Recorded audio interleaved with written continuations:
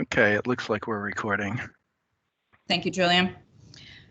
Okay, I want to call the meeting to order this morning. This is the Municipal Accountability Review Board. It is December the 3rd, and I'm going to call this meeting to order. I'm Kimberly Kennison. I am designee for Secretary McCaw.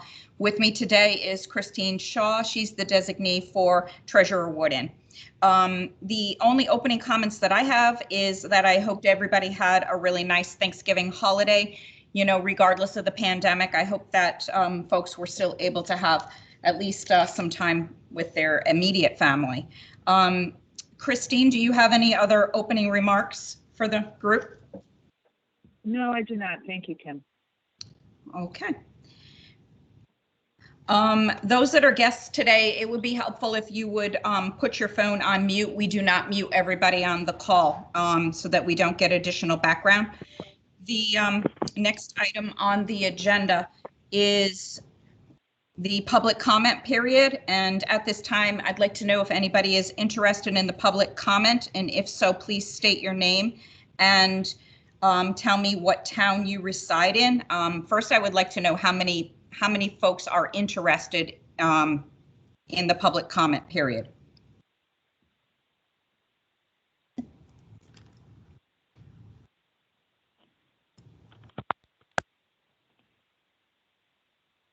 Okay, I don't hear anybody. So I'm going to move on to the next agenda item, which is agenda number 3, and it is the approval of the minutes of November the 5th, and I am looking for a motion, please. Sal Luciano, so moved. Thank you, Sal. How about a second? Tom Hamilton, second. Oh, Thank you, Tom. For it. We're going to do a roll call, and please let Julian know whether you are in favor of the minutes, opposed, or would you wish to abstain? Julian? Mr. Luciano? Aye. Mr. Hamilton? Aye. Mr. Felsigno? Aye. Mr. Egan? Abstain. Mr. Brockman? Aye. Ms. Shaw? Aye. And Ms. Kennison? Aye. Are there any other board members who have joined the meeting that I didn't mention? All right, that's everybody. Okay, the minutes have been approved. Thank you. So the next item on the agenda is the City of West Haven. They are on the call today. Julian has provided a subcommittee update, and we did hold a subcommittee on November the 17th. It was a very productive meeting. We had the fire districts in, and we had received pension and OPEB actuary reports. So it was a very good meeting for us to be able to have that data. Julian, would you like to give some highlights of your the subcommittee? Yes, as Kim mentioned, the subcommittee met on the 17th of November, and the sort of the largest agenda items had to do with the fire districts. You have in the update memo that we distributed earlier this week, there's some discussion of the presentation that was provided on their pension valuations and OPEB valuations for each of the 3 districts, except for Allentown, which is still in the process of preparing its OPEB valuation.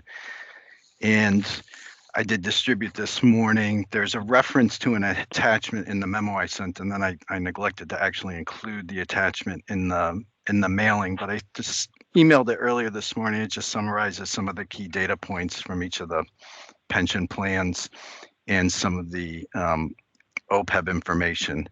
And in the write-up, you'll see, and this was already familiar to most, really all members, is the pension plans are significantly underfunded at this point. There was some discussion about how to address that going forward, and the context of the first district, which you can see on the second table of the item I distributed earlier today, that their ADEC is considerably larger than what they have been budgeting for pension costs. And there was talk about potentially stretching out the amortization period, which it is currently relatively short at about 15 years. And that would provide at least some budgetary relief and set up a situation where they could manage their ADEC somewhat better and put them in a position at some point to be able to tackle OPEB, which you'll see at the bottom of that handout.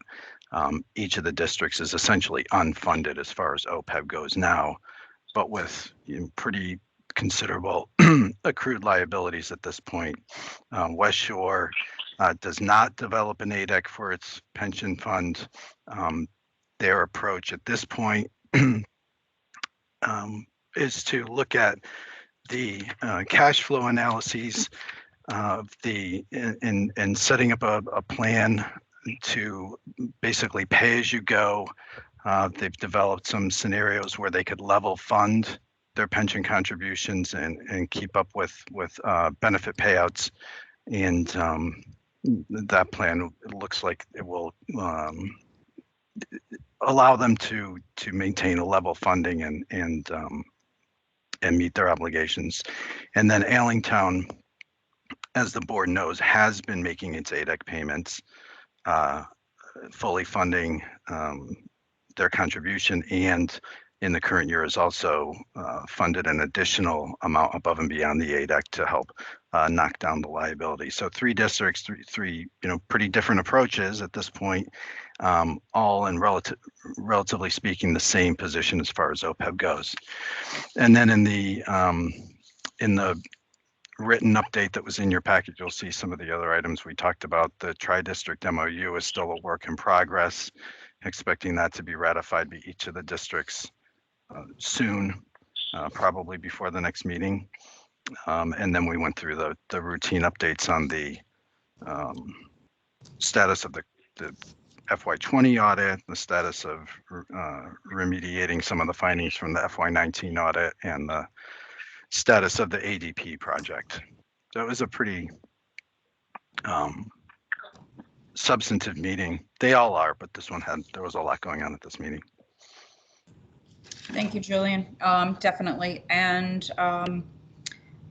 glad to hear about the progress. At the last meeting, I think we had commented about the ADP project. So when West Haven, I'm going to ask you, Frank, Mayor, also after you give us your monthly update on the financials, if you would please talk about that project, because I heard that things had moved in a better direction. So I think it would be helpful for the MARB to know that. And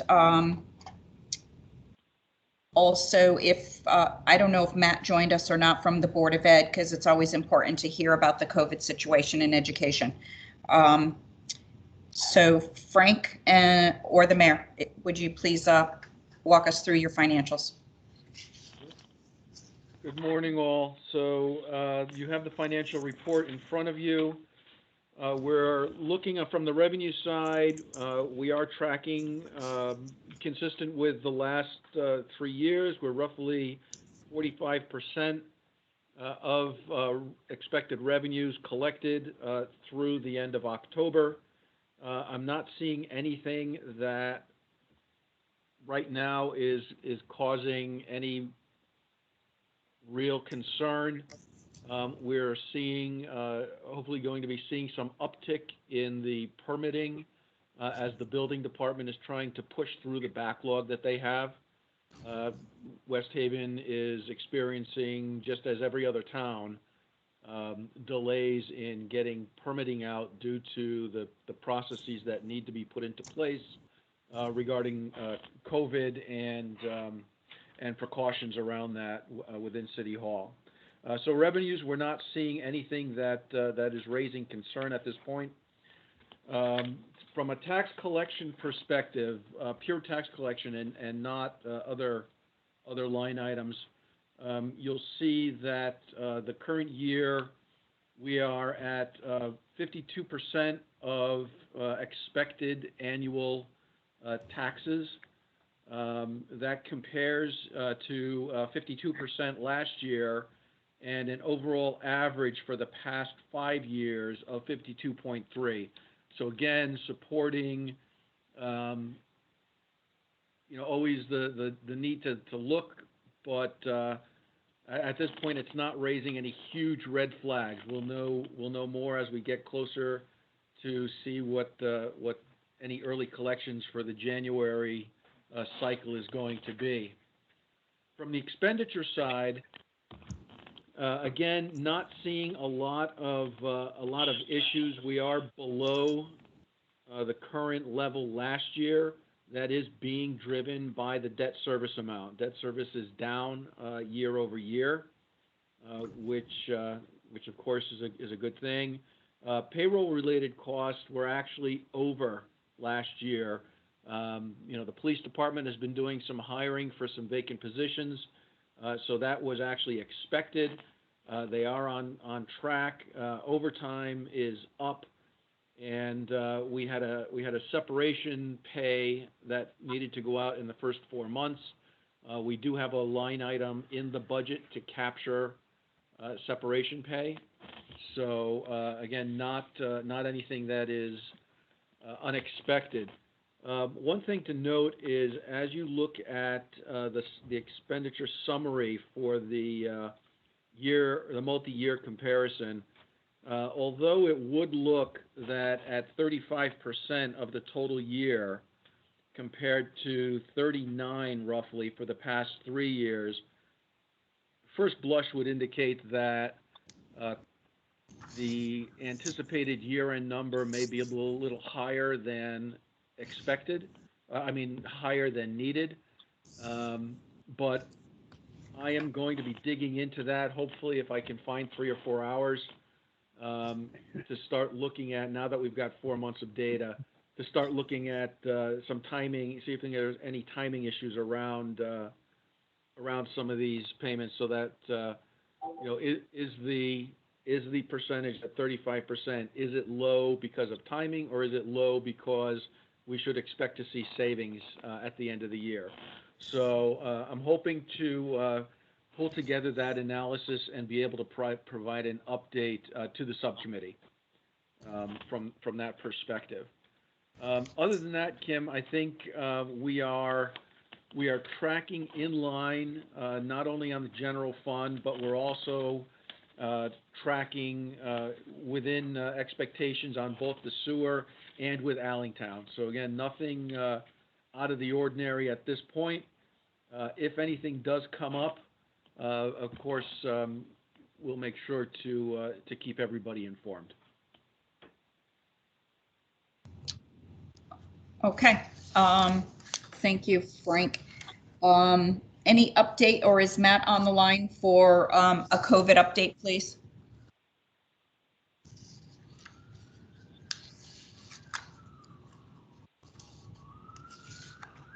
You may not be on. Mayor, can you provide any kind of update of what's going on in education relative to COVID? Education, Kim, I actually did talk to the superintendent, and he was on my department head meeting yesterday. They went to distance learning. They're hoping to get back to some in-person.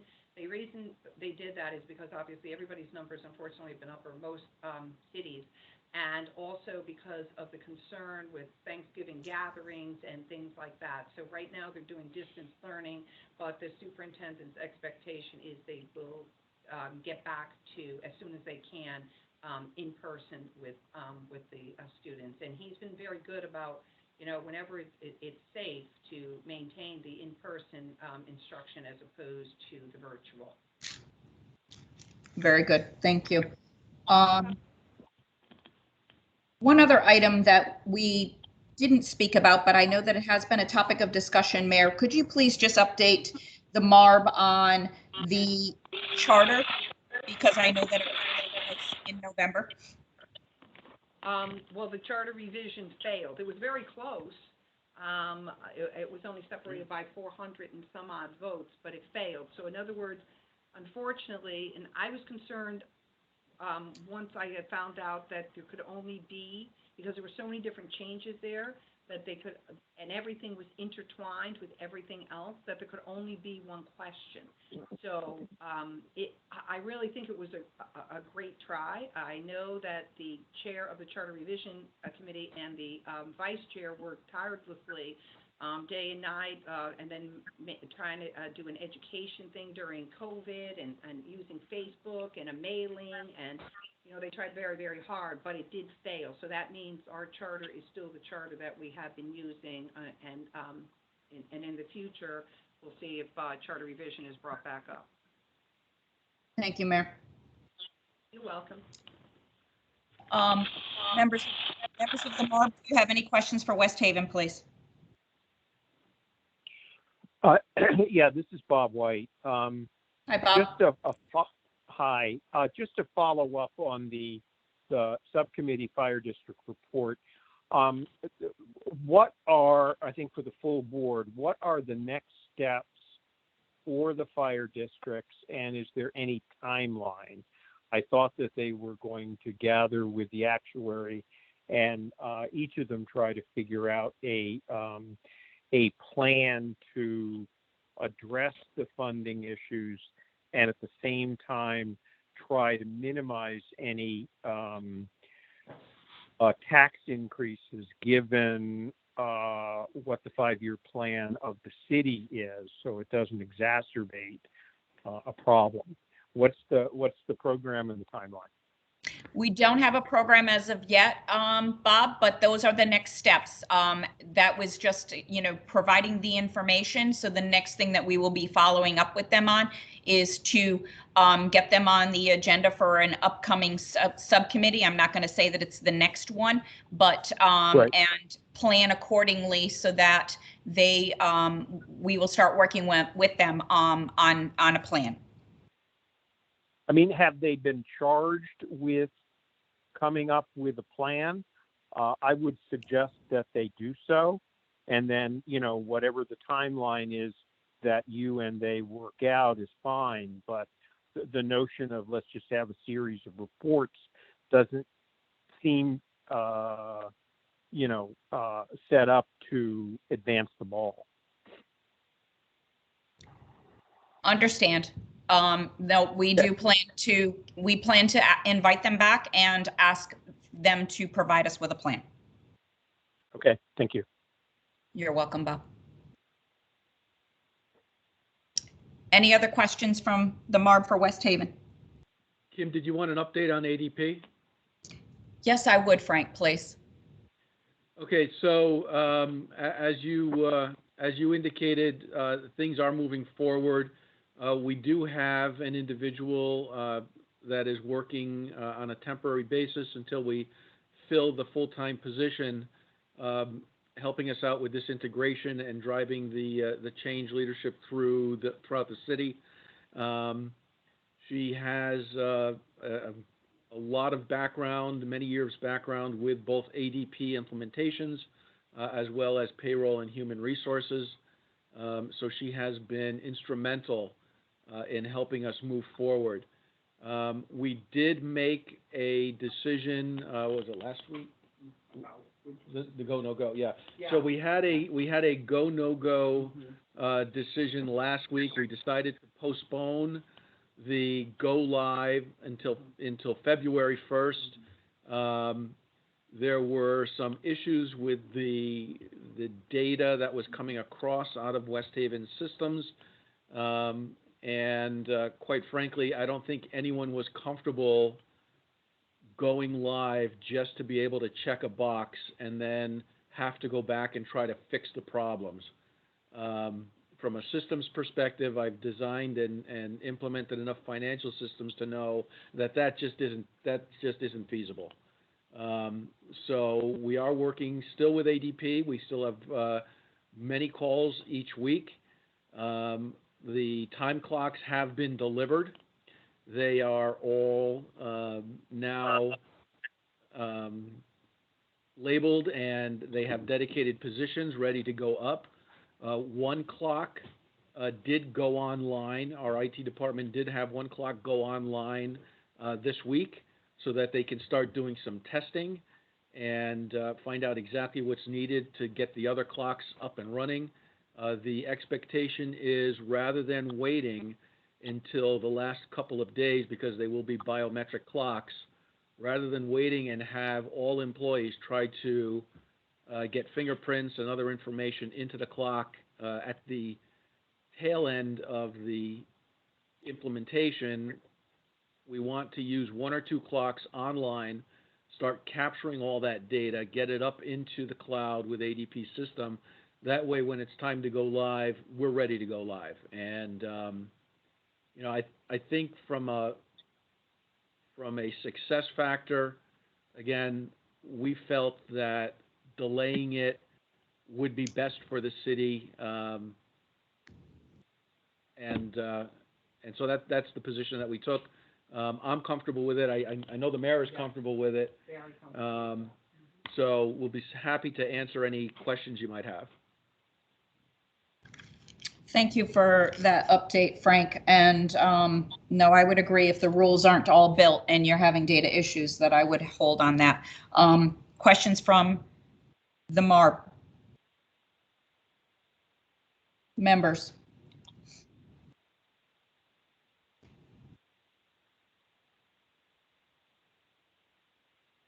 All right, Julian, anything that you think that we've missed?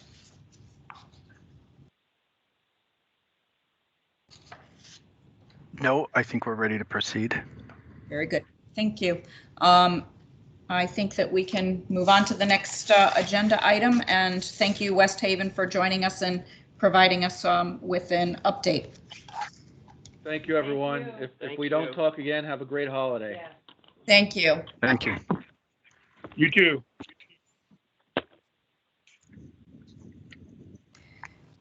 All right, next on the agenda is the City of Hartford, please.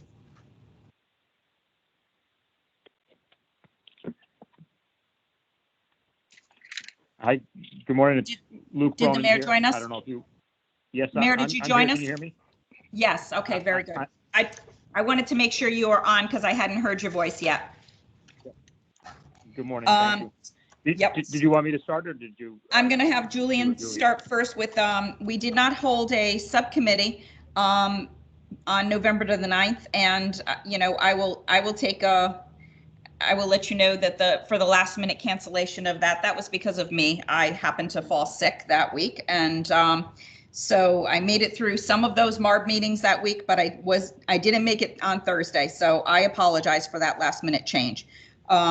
Julian, any other update that you want to provide from a sub? And no updates Okay. other than the planning or deciding how to proceed on the firefighter contract. Okay. Mayor, would you like to have us get an update on the monthlies first and then make sure that we talk about the firefighter contract? Sure. I hope everyone is doing well. So with respect to the monthly report, as you recall, at our last meeting, we had been projecting a $1.4 million deficit at the end of the fiscal year 21. That's revised to $731,000 in this report. We are still comfortable and confident that we will be able to address that and mitigate it. We continue to see positive variance when it comes to revenues versus the adopted budget. We have, however, had some expenditure pressures, in particular on overtime, and the largest category there is police overtime, as we discussed at the last meeting. This has been a year that has placed enormous demands on police overtime, and we're projecting some significant negative variance there. We're still taking a conservative approach when it comes to our projections of attrition savings. So we believe that there will be some at least reduction in the negative variance there. Happy to talk in more detail about any revenue or expenditure items, but overall, again, we've seen a a reduction in the projected end of year deficit to under $1 million, and we remain comfortable that we will be able to close that this year. Mayor, you had mentioned at the last meeting about a tax deed sale. Did that transaction take place? It did. We had a tax deed sale which generated approximately $1.5 million. Now, we had to net some costs off of that. So I believe Yolita or Mike or Leanne can correct me, but I believe that the net benefit to the city revenue side is about $1.25 million. Right. This is Mike. If I can just step in on that. Yeah, the results of the tax sale are included in the updated projection for the property taxes, and it did end up being roughly $1.5 million that came in against the taxes. And that was not a budgeted item, so that's what attributed to the bottom line? That's correct. That's one of the factors. That's correct. Yep. Okay.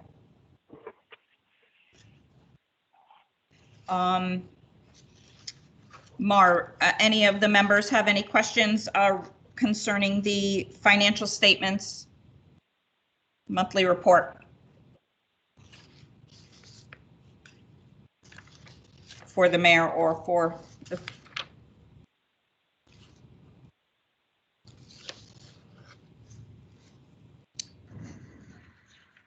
No questions. Okay.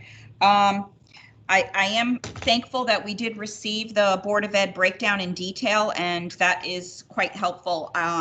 In case somebody notices, I want to bring to your attention that the Board of Ed document compared to the city's document looks a little different. If you look at the expenditures, and the difference is the city actually allocates the funds over to the Board of Ed. So if you want the full picture of the Board of Ed, you would have to look at that on the Board of Ed's financials.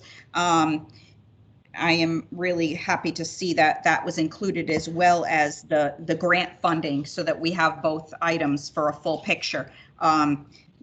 So I want to thank David for his hard work on pulling all of that together for us. Anybody have any questions on the Board of Ed statement that is with us? And I'm not sure if they are with us on the phone today. This is Tom Hamilton. I have a question. I guess it's not on the financial report per se, but I guess in terms of audit, probably should have asked the same question at West Haven. They're probably off the call by now, but for Hartford, is there any update on the status of the June 30th, 2020 audit in terms of, are you on track for completion? And I don't know, they may not have any, preliminary numbers they want to share at this point, but I just, if they do have any numbers that they've shared, that are available, that they could just kind of brief us on, that would be, just a sense as to how things look if they have that. Tom, just to make sure I understand, you're saying end of year numbers from FY20 in terms of, addition to fund balance, et cetera? Yeah. Basically, are you on track on the audit, and Sure. And where did you end the year in terms of fund balance? Sure. So I'll briefly address it, and then Leanne, please feel free to weigh in with anything you want. The audit is on track. There is one outstanding item at this point, which is there is a resolution that I've placed before the City Council to allow the Board of Education to maintain a 2% reserve as allowed under state statute. That 2% reserve will be made up partly of funds that we had, surplus funds from FY19 that we had dedicated back to the Board of Ed, plus additional saving or surplus that the Board of Ed had at the end of FY20. That resolution is before council. The committee sent it back to the full council without recommendation, so I do not know yet whether council will approve that. So that is the only outstanding item, but the audit, in the meantime, the auditors are working, the audit process is proceeding, and I believe it is solidly on track. With respect to year-end close in FY20, it was a positive year, as we've talked about a number of times. We did end the year with an unexpected surplus. Some of that surplus has been dedicated to our capital reserve, our pay-as-you-go future capital expenditure reserve, and we will be, once all is closed out, we'll be ending. We will have a fund balance that is significantly stronger than it was the prior year. In rough numbers, we'll have about $20 million in uncommitted or unassigned fund balance, and then $5 million, depending on the outcome of that resolution on the Board of Ed, we'll have $10 million split between committed or assigned fund balance. Gotcha. Okay, great. Thank you. Leanne, did I screw anything up there? Good morning, everyone. No, Mary, you nailed it right on the head. Great job. I will say, though, that it's Mike. I'm sorry, Mike. I'm sorry, Leanne. Go on. I'm sorry. No problem. That all of the schedules and documents have been submitted over to Bloom Shapiro. We are on track to get a draft. They are waiting on a couple of minor schedules from the Board of Education, but pretty much we are on track to issue timely. Very good. Thank you. Mayor, could you also give us an update on the education and COVID related? Sure. Just in terms of general operations, or do you mean in terms of financial impact? So we I don't, if there is a representative of the Board of Ed, feel free to jump in. But on November 16th, we shifted, well, let me just step back. Since the beginning of the school year, we have offered fully in-person, a fully in-person option and remote option. On November 16th, because of the deterioration in transmission numbers, rising cases, we shifted fully in-person back to hybrid. So those students that were fully in-person are now hybrid. We are watching data carefully and closely, paying a lot of attention to best practices and recommendations from public health officials at the state and federal level. We would like to have our students have that fully in-person option again as soon as possible, but we don't yet know when that will be possible. Understand. Thank you. Any questions from the members?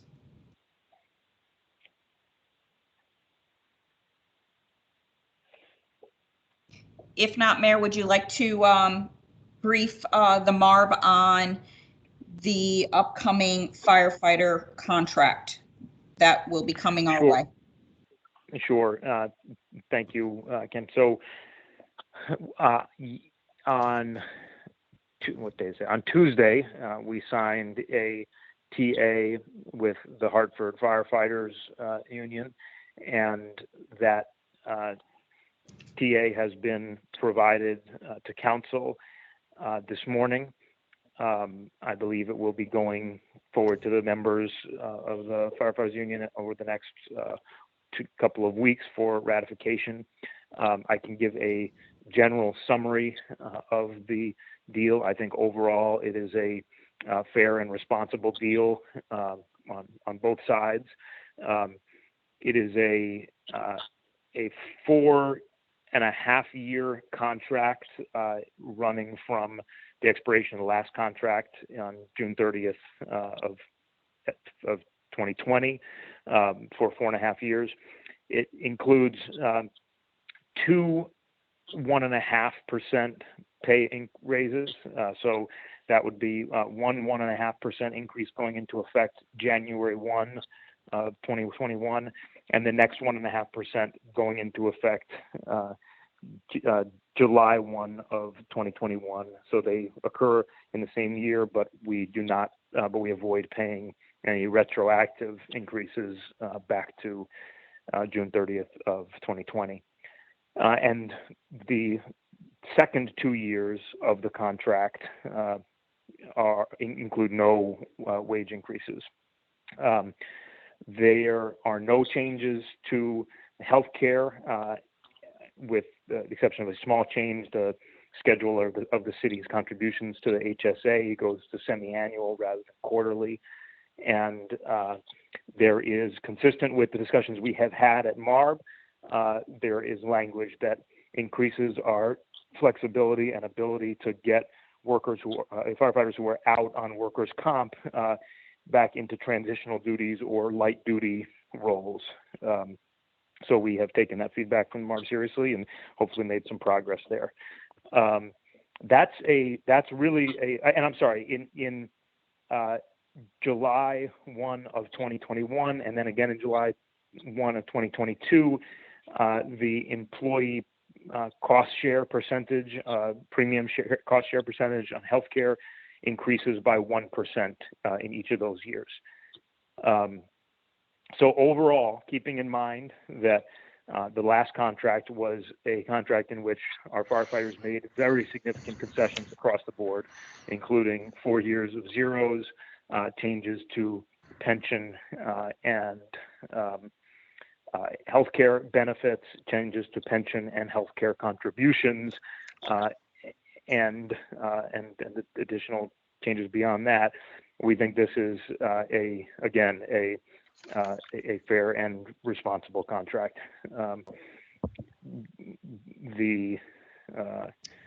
So I'll leave it at that, but happy to take questions.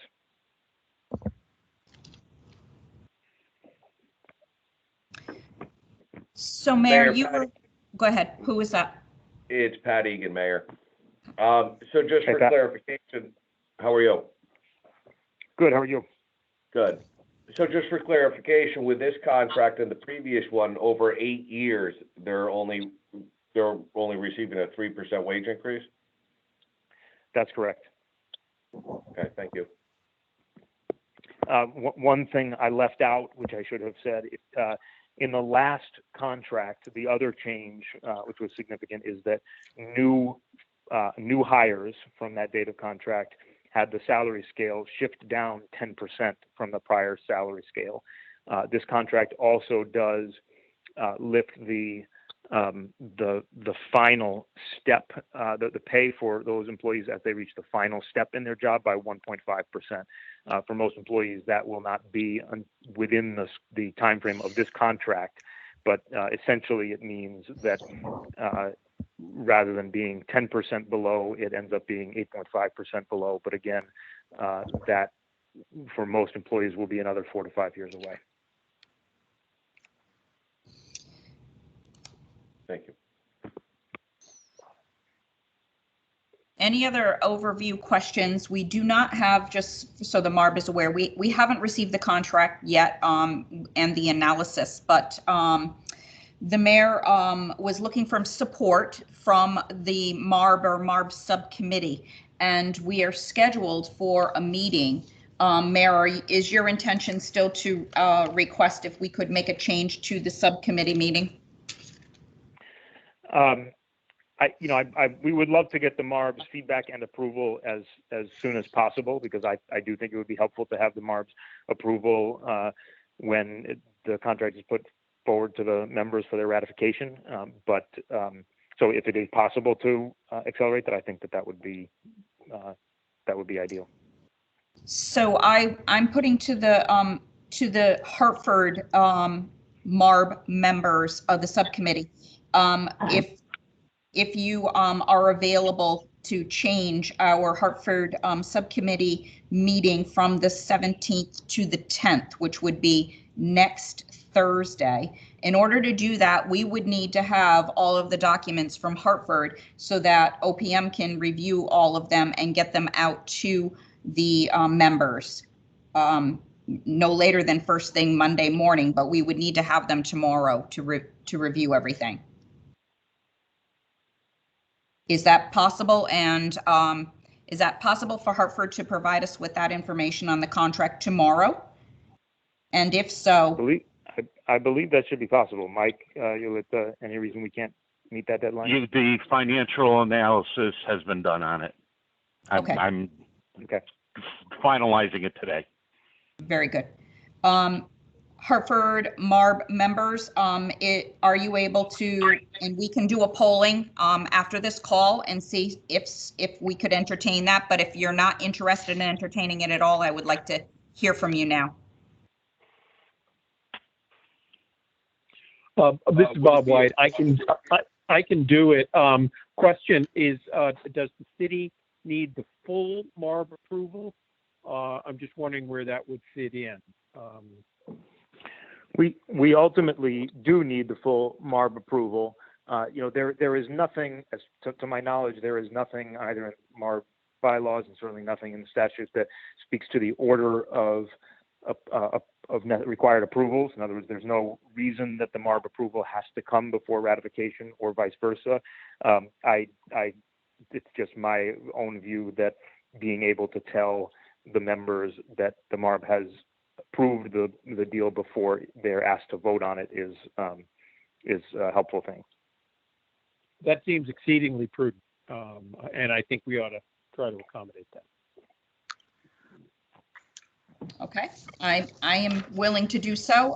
We just need to make sure that for the subcommittee that we have a quorum.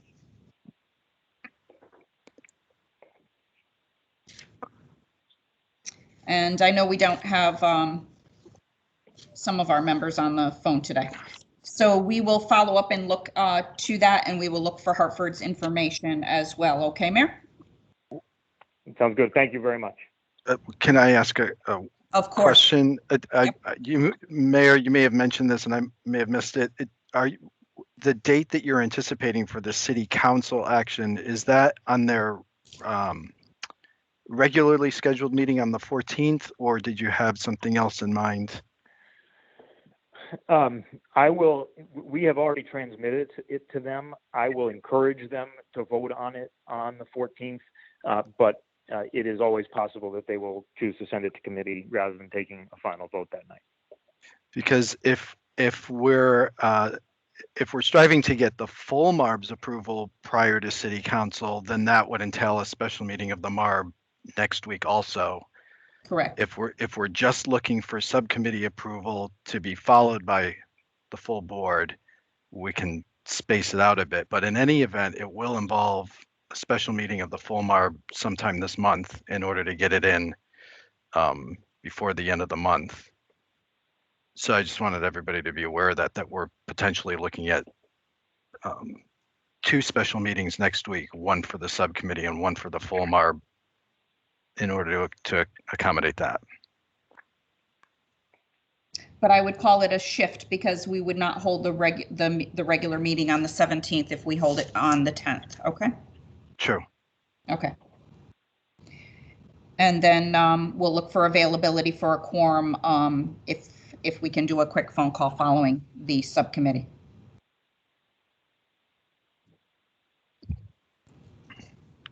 Since a lot of the members will already be on the call. Right. Okay.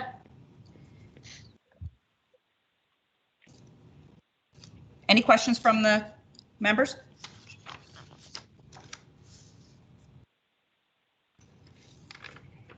All right, that's it for Hartford today. Appreciate you coming and updating all of us. Thank you very much, and sounds like we'll talk to many of you very soon, and appreciate your flexibility on that. All right, take care. Thank you, Mayor. Thank you.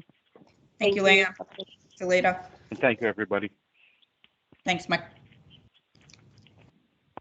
Okay, we can move on to the next agenda item, which is the Town of Sprague.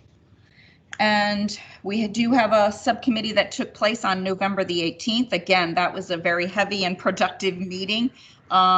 We were able to approve for recommendation of the MARB, the 5-year plan. This has been pending since June when it started. And I know that the first selectman as well as the superintendent have been working hard to, make the adjustments that are needed in order to remove a negative fund balance and deficit years that were out there in out years. Julian has provided us with a quick narrative. And so Julian, if you want to touch base on that. Well, the two items that we covered in the subcommittee meeting are both on this agenda. Yeah. So the teacher's contract and the 5-year plan. So I think we'll hit the highlights of those momentarily. Okay. Then shall we go forward with the contract first? And is superintendent on the phone? He is? Oh, hello. How are you, Bill? Good, how are you? Very good, thank you. So we are ready to put forth your teachers union contract, and your materials are provided. Wait a minute. Oh, do I have this in the wrong order? Sorry. No, we have the. No, this is the right order. Okay, thank you. All right. Oh, I know what's missing was the contract piece of it. Okay. So Bill, you want to highlight the MARB committee on your contract? Sure, be glad to. Thank you. Julian did a wonderful review of it, which is included. But basically, it's a 3-year contract. We did our negotiations through a process called IBB, which is interest-based bargaining, which is new to Sprague. And we had a state mediator in from the very beginning. We settled in mediation due to some time constraints, but basically what the contract does is do some minor changes to some contractual language that does not cost the Board of Ed any money. And it's a 3-year contract with 3 years being an increase in 8.5%. For teachers. And then Julian has put forth what the GWI is and the step increments. It's a summary there. But we were insistent upon getting the contract under 9%, which if you look at what comps are for surrounding districts and districts in the state, it's above 9%. So we're happy to get it under 9% at 8.5 with no major differences in contractual language.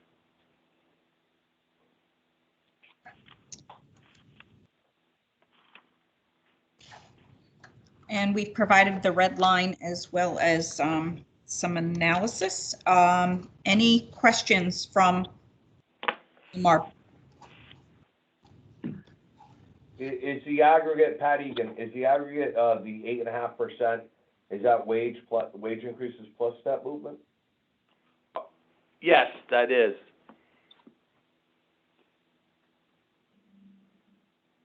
So the total cost of the contract is 8.5% over 3 years.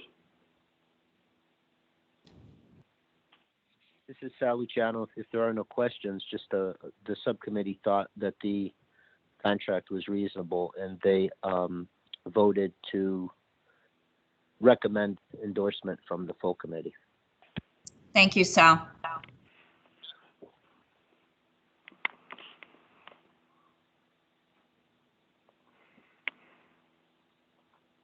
Any other questions? No?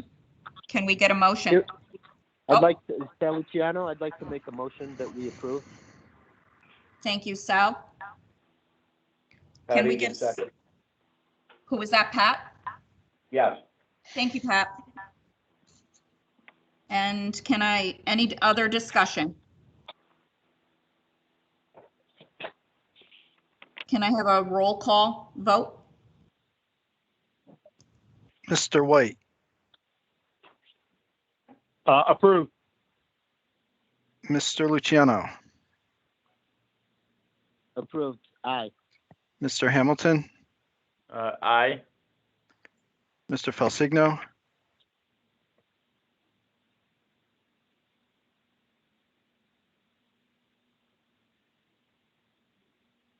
I'll come back to Steve after we get through the rest of the list. Mr. Egan, Aye. Mr. Brockman, Aye. Ms. Shaw, Aye. Ms. Kennison, Aye. and Mr. Felsigno. And any other board members that have joined that I did not mention? It sounds like that's everybody. Okay, the contract was approved. Thank you.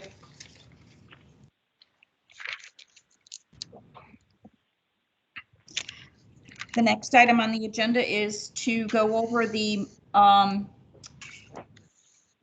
have the monthlies before the 5-year plan.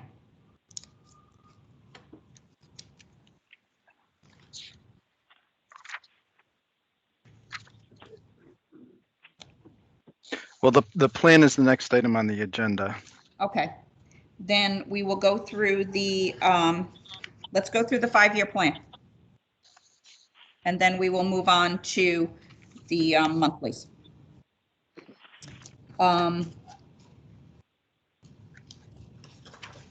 Julian and I think combination of the town has put together a nice summary of the 5-year plan. This has been a lot of work on the part of the town to be able to get to a surplus at the end of the year and pay attention to what their out years look like from a fund balance perspective. And I still think that there are some work still to be completed with Sprague as far as efficiencies are concerned, and because we're really on the edge, and it's year over year, and there's really not a lot of room if anything should occur. So, you know, that's what one of the goals of ours is, to be able to work with Sprague a little more, to be able to work on some efficiencies. And to talk about the 5-year plan, Mayor, do you want to walk through the, I'm sorry, First Selectman, you want to walk through the assumptions or that are built into your plan?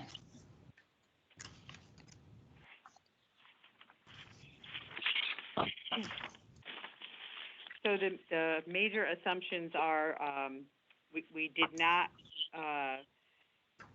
plan on any grand list growth, even though there has been some historical small growth.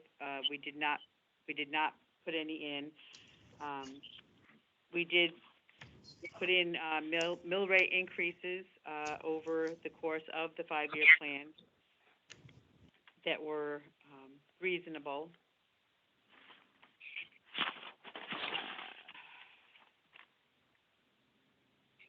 We assumed that state aid was going to be level funded, and salary projections were just with minor increases over the 5-year period. And we did assume some increases that have been what the averages have been for like insurances and that sort of thing. And for education, we assumed an increase of 1.5% a year. Okay.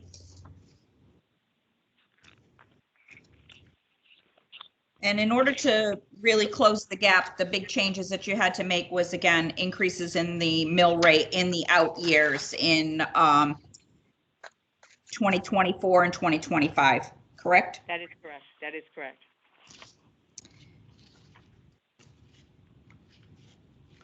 And your collection assumptions for tax collection rate is assuming 97% will be collected.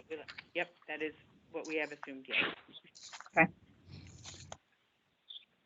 Julian, anything else you would like to add to this commentary? Just that the plan was presented at a joint meeting of the town's Board of Selectmen, Board of Finance, and Board of Education. And then subsequently was approved by each of those boards. And so, you know, this has been, you know, fully vetted at the local level. And the subcommittee voted to recommend approval by the full MARB. Thank you, Julian. Any questions from the members, please?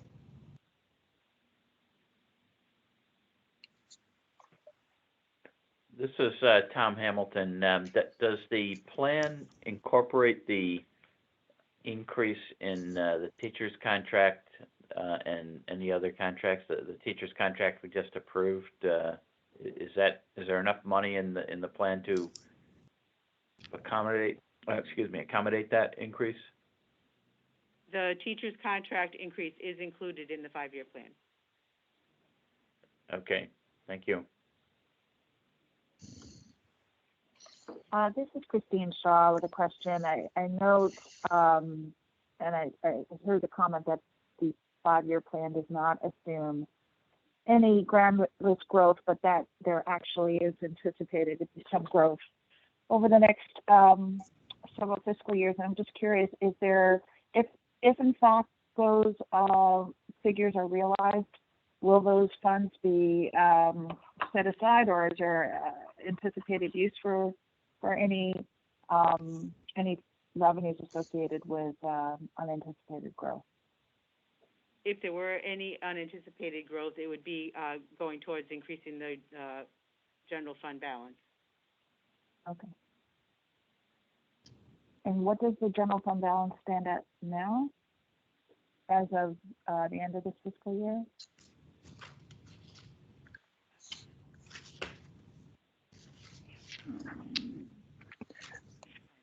Hold on. The very last page. The last page, yeah. The very last page of the plan shows that We Negative anticipated 95. this year I to see. come out. right, so FY19, it was about 820,000, negative 820,000. And then Yeah, I see it. based on the FY20 projection, they're closing quite a bit of that, but it's still in negative territory anticipated. For 20. Great. Thank you for pointing that out. That's great progress. I think it's very Yeah. exciting. Keep in mind, it does include 500,000 of MARB funding. Yeah, restructuring funds, yeah. Mm-hmm. Glad I can help. Right. This is Sal Luciano. If there are no more questions, the subcommittee recommended approval of the 5-year plan, and I so move. Do we have a second? Christine Shaw, second. Thank you, Christine. Any other discussion?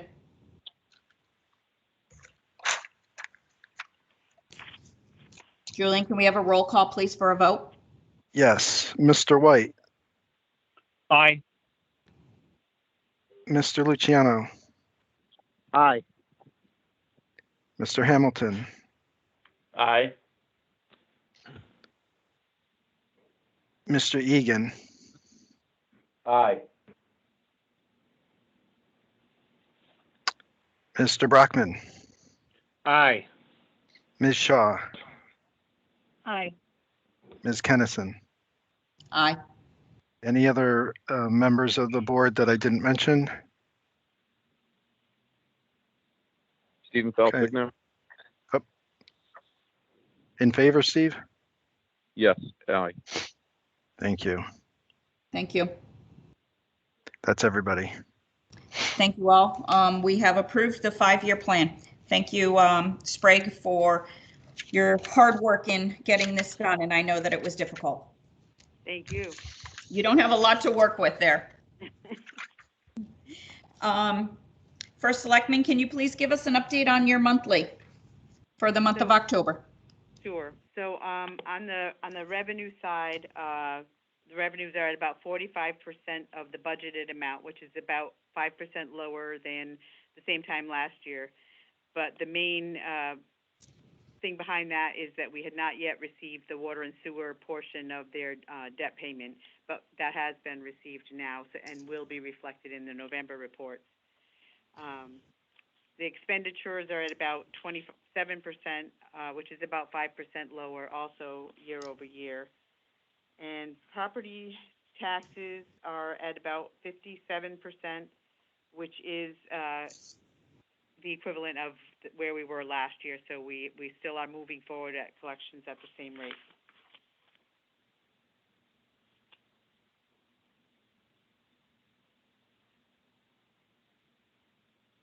It looks like the Board of Ed is tipping up a little higher than, is there a reason for that, for their expenditures? I know the overall is, you're up a bit, but,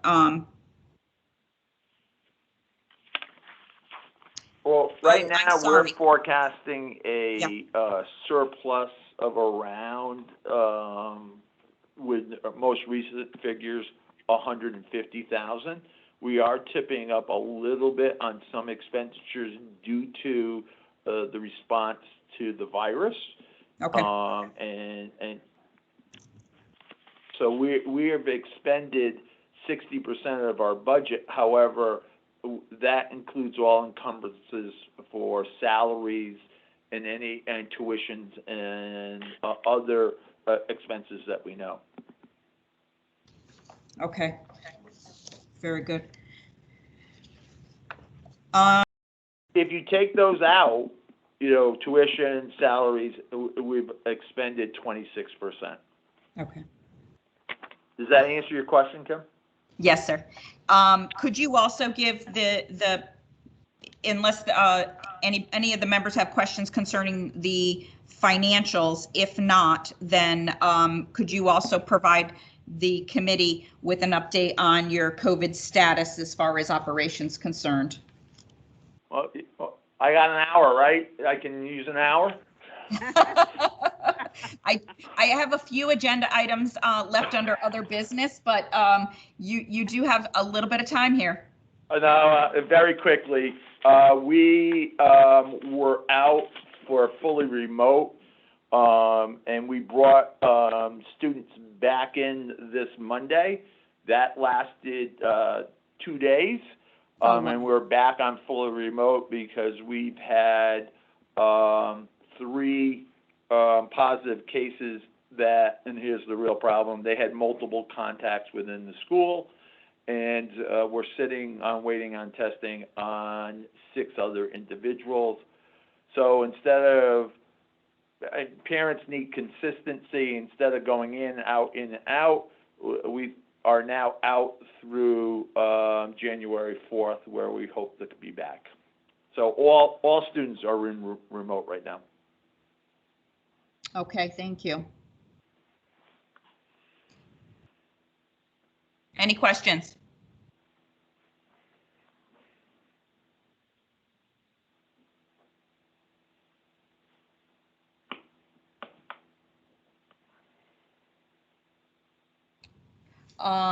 And the last time we met, we did get an update on the cash, and you don't have any cash situations for us to worry about at this time, correct? That is correct. And our payables was in line within the 60 days, so we don't have any concerns there. So I wanted to bring that to your attention. I don't have any other questions for Sprague. Last chance if anybody else does.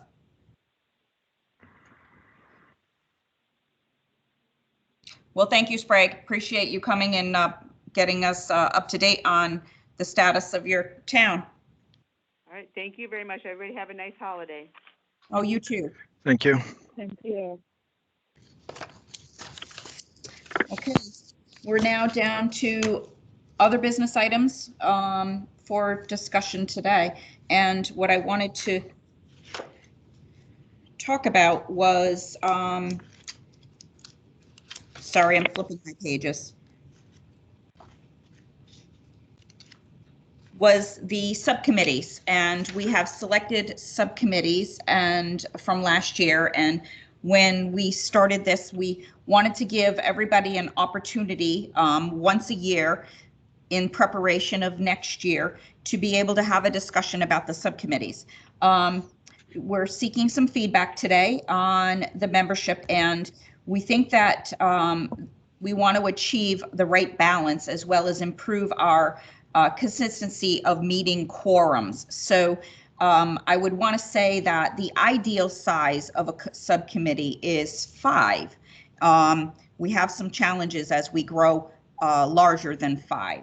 And want to entertain or ask about your thoughts on the possibility of having an alternate for a subcommittee if should we get into a bind with not achieving a quorum.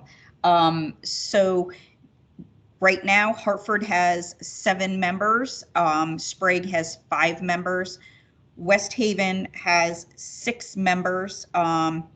And sometimes the dates might be challenges for the members to attend the subcommittees. So we always, make Hartford on Thursdays. We always have West Haven on Tuesdays. And we're going to talk about the calendar second. So I'm just wondering about, we are going to try to set Sprague to go possibly on Thursdays, but we'll have that conversation.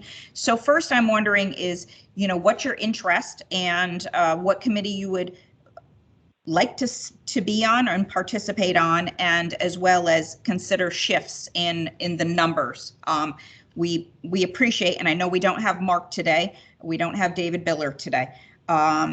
So what are your thoughts?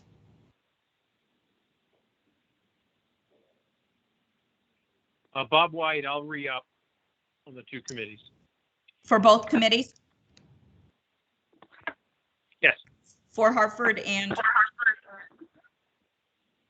West Haven, those are the 2. Thank you. Stephen Falsigno will do the same. I'm on Hartford and West Haven. Okay.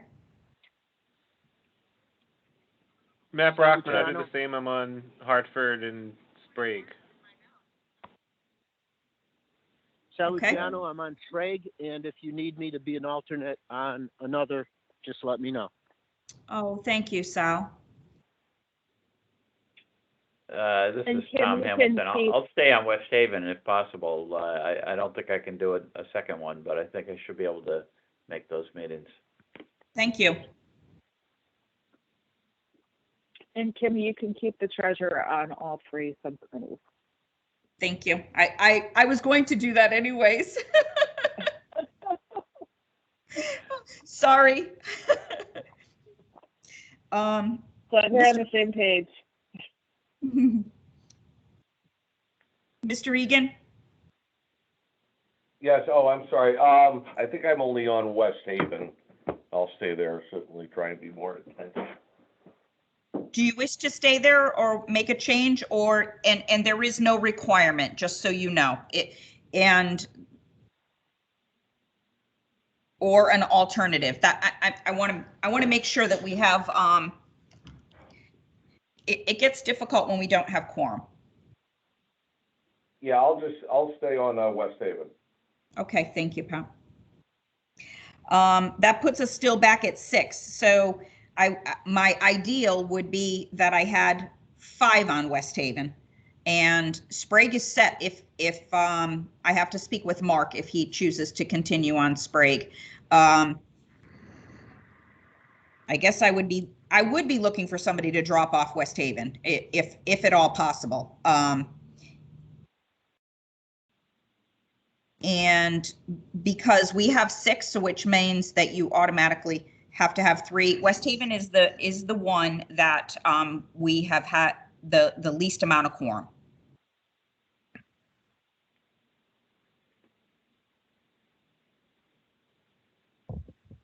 To reach quorum, we actually need 4 for West Haven, right? So you. even numbers are problematic in any event.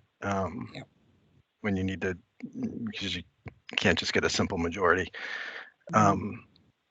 But Now, if nothing else, I would advocate for taking a sales offer to be an alternate. I will definitely do that. And then we have to follow up with David and Mark. All right, we will do so. And keep in mind, you can attend any one of the meetings, whether you are an active voting member or not. So if anybody has any follow-up, please don't hesitate, reach out to Julian or myself, and we're open to having conversation. The next item I do want to talk about is the calendar and your thoughts about, my biggest concern is, and Mark is not with us, is Mark and Bob, who are both on Hartford and Sprague. So we were proposing of holding Hartford and Sprague on the same day, simply because then if you're a member, you wouldn't have to, we could get all of the work done instead of spreading it to another day in the month and having 4 meetings. We could stick to, it is a separate meeting, but it's on the same day. How do you feel about that? And from the, I would probably say Sprague Subcommittee, which would be Matt, Sal, and I'm assuming Mark would come. And for the initial planning purposes, we've put on the calendar that Sprague would meet Be every other month, Yeah. plus as needed. Right. And what we would propose is trying to make them back to back, that we would do Hartford first and then go right into Sprague. Or we could do a morning and an afternoon. We're up for that. What are your thoughts? Back to back, I think. Back to back. Who was the other person? That was Christine. Christine. Matt, how do you feel about it? Because you're also on both committees. I'm actually going through my calendar right now to see how I feel about it. Back to back might be logistically easier though. Okay. I mean, that it takes up a whole morning, you know? Yeah, right. Okay. I'm open to feedback. Could I ask a quick question? Yes. Can I just, and this is, I probably already know the answer to one of these questions, but would it make any sense to have them on Tuesdays as opposed to Tuesday and Thursday, like West Haven and Hartford in the same week, Tuesday and Thursday? Have them Tuesday at, I don't know if you can do it earlier than 10 o'clock. Is that something that's feasible, or? I would have to follow up with I'd have to follow up with the secretary on that, because her calendar has it logged like this, so that we would have, when she has availability, to be able to attend. It's not focused around just me and Julian. So sure. That was the issue for that. And a lot of times she has morning items that are going. So the 10 o'clock it's been working that way for, I know, a long time. So that's the. Sure. It's just a thought. Doesn't matter to me either way. I was just thinking of the group. And so are you trying to? Go ahead, Christine. Go ahead. No, on the issue of the time, I would like to revisit the 10 a.m. start, because I think that the original logic was driven by, commute times for those who were traveling to Hartford for these meetings. Yeah. And we don't have travel time anymore. So, I'm a big fan of early meetings, because it just, there tend to be fewer conflicts. So I'd like to formally, revisit that. Okay. Are you suggesting earlier than the 10 or not? Yes. Okay. 9 would be great. I don't know if 8 is too early for folks. Yeah, I think that would be definitely too early.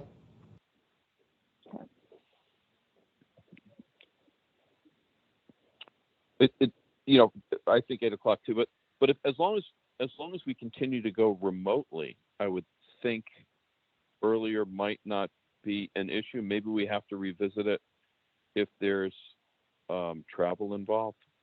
I think that's these are just my this is just my overview, but I'll do whatever works for everybody's fine with me. Right. I will bring this discussion back to the secretary. Now, are we suggesting that you would want to attempt to try to have all of the meetings on one day versus two? I will tell you that it is quite difficult for Julian to get the materials. And this is, he really plays a lot of back and forth and making sure that the proper materials are here. And West Haven is a heavy, and usually Hartford can be as well. Sprague can run on the lighter side, but when we're still doing a lot of heavy work in those areas, it can definitely be a challenge. So No, my thought was having them on Tuesdays, on just not all on one Tuesday, but on each Tuesday. The first, second, and third Tuesday of each month. I just wondered if that's easier for people to schedule one morning a week. I know, opposed yeah. to 2 mornings a week. So, Right. Just a Right. thought. Okay. We will think about that. We do want to make sure that it is in an off week of the MARB, so that what it does is it gives us the full MARB. You get a week off for us, and then we're back on again with the 2 subs. And the other issue is I know for a fact at the same time period that the secretary, because I sit on them, there are 2 other meetings that occur on Tuesdays. Standard monthlies. Okay. One being an investment committee, and there's also a lien meeting. So I just want to make sure that we don't get conflict. Does anybody else have problems with a Tuesday, Thursday? Yeah, if we're taking a poll, I have problems on Tuesday. I have an early morning conflict, and I have like a 1 o'clock conflict. Otherwise, I could do it like after 10:30 or later in the afternoon. But those 2 times present a problem for me. Okay. Thank you, Sal. In fact, that might have been why we had to make some changes. But what about Tom? Tom, you were having some trouble with a meeting, but I don't know if it was COVID. Yeah, there's I have conflicts, at various times, but Tuesdays and Thursdays are better than other days for me. I have definite conflicts on Monday. Yeah. I prefer not too early. 9 a.m. is okay, but I'm in the office now, so I have to get into the office first. So. Right. We still have folks that are coming to the office, and I know the secretary is, so I'm not. That one we will have to ask about.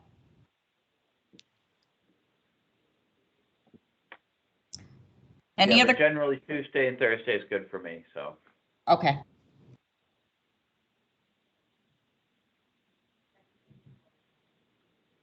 Other questions? Can we get a motion to adjourn? Sal Luciano, so moved. Thank you, Sal. How about a second? Second, Pat Egan. Who was the second? Pat Egan. Thank you, Pat. Sorry, it was a mumble. And all in favor?